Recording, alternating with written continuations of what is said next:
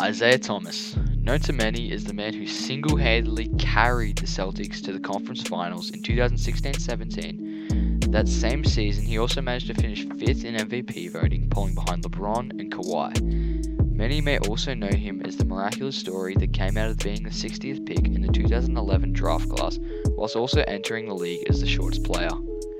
He defied the odds. He was a superstar, but what happened? Gave up on me. They gave up on me.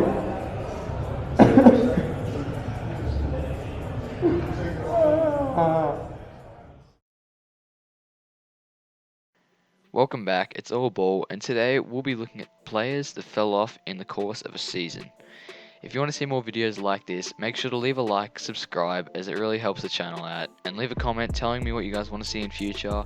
Now let's get right into it. After what can only be described as a masterclass by the Short King himself, dropping 81 points in a Pro-Am game, he headed into the locker room in tears. This man back in 2016-17 was arguably the best player in the league at the time, but for some reason has ended up out of the league. But why? The very next season, in late 2017, Thomas was traded to the Cavs in a package deal for Kyrie Irving. Post-trade, Isaiah's minutes dipped down by 7 and now shared the court with LeBron, which reduced his productivity significantly, as his points per game dropped down from nearly 30 all the way down to 15. It isn't fully clear as to why his drop was so significant, but many believe it was due to the much improved supporting cast around him, meaning the weight of carrying a team was no longer on his shoulders. That same decline led to him slowly decreasing in production on the floor and getting bounced around from team to team until he was eventually out of the league just last season. This leads us to today, where he's been dropping absurd numbers in several different exhibition leagues such as the Pro-Am and the Drew League, but Isaiah isn't the main focus of today, and no, we're not looking at players with career-defining injuries such as John Wall and Derrick Rose, but rather players whose drop-off was rather outright unexpected. The first player we'll be looking into is someone, if you've only been watching basketball for the past few seasons, probably won't know, as his path to stardom was diminished after his rookie season. Now I'm talking about Michael Carter Williams. Now some people definitely recognize this name, but not for being a league star, but rather for his downward slump he took after his rookie season.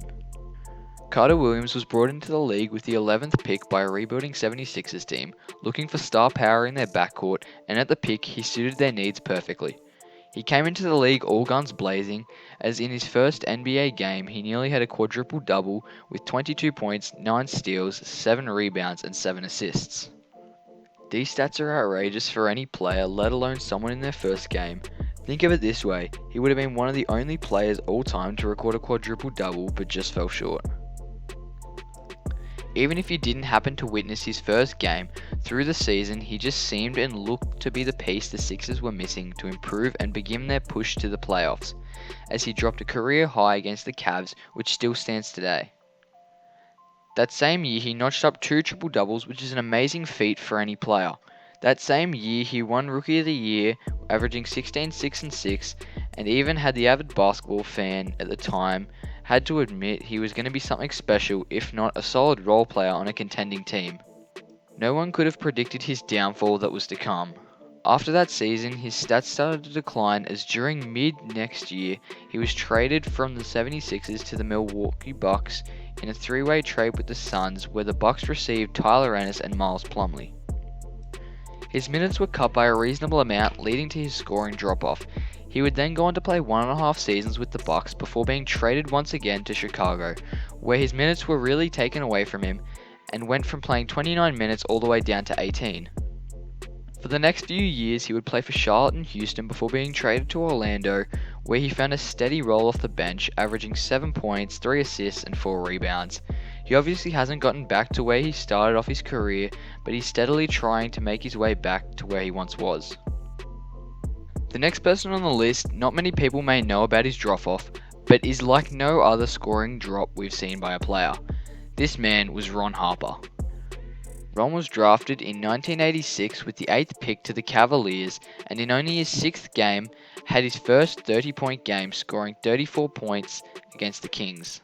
During his time at the Cavs, he balled out averaging 19 points, 4 assists, 5 rebounds, and 2.5 steals, earning himself a place in the starting lineup. He played in Cleveland for 3 years before being traded to the Clippers. Early on in his career as a Clipper, he suffered a right knee injury which bothered him for the next 2 years, meaning he missed a big chunk of games during this time. Once he had gotten past this injury, he was able to build a level of consistency back into his game. This 2-year stretch of consistent basketball from Harper was ended as he was traded to the Bulls for Danny Ferry and Reggie Williams. This trade from the Clippers to the Bulls saw an instant drop in production as he was no longer the number one option on the team, having to play as the second shooting guard behind Michael Jordan. Not to mention that they still had Scottie Pippen, who was widely regarded as an MVP caliber player during the time that Michael was out. Harper's minutes were cut in half and now had to play as a role player off the bench for the Bulls. Obviously, he isn't a bust and had some very productive seasons prior to the trade to the Bulls and won some rings with both the Lakers and Chicago, but his personal production during these times was at an all-time low. Thank you all for watching, hope you all enjoyed, and until next time.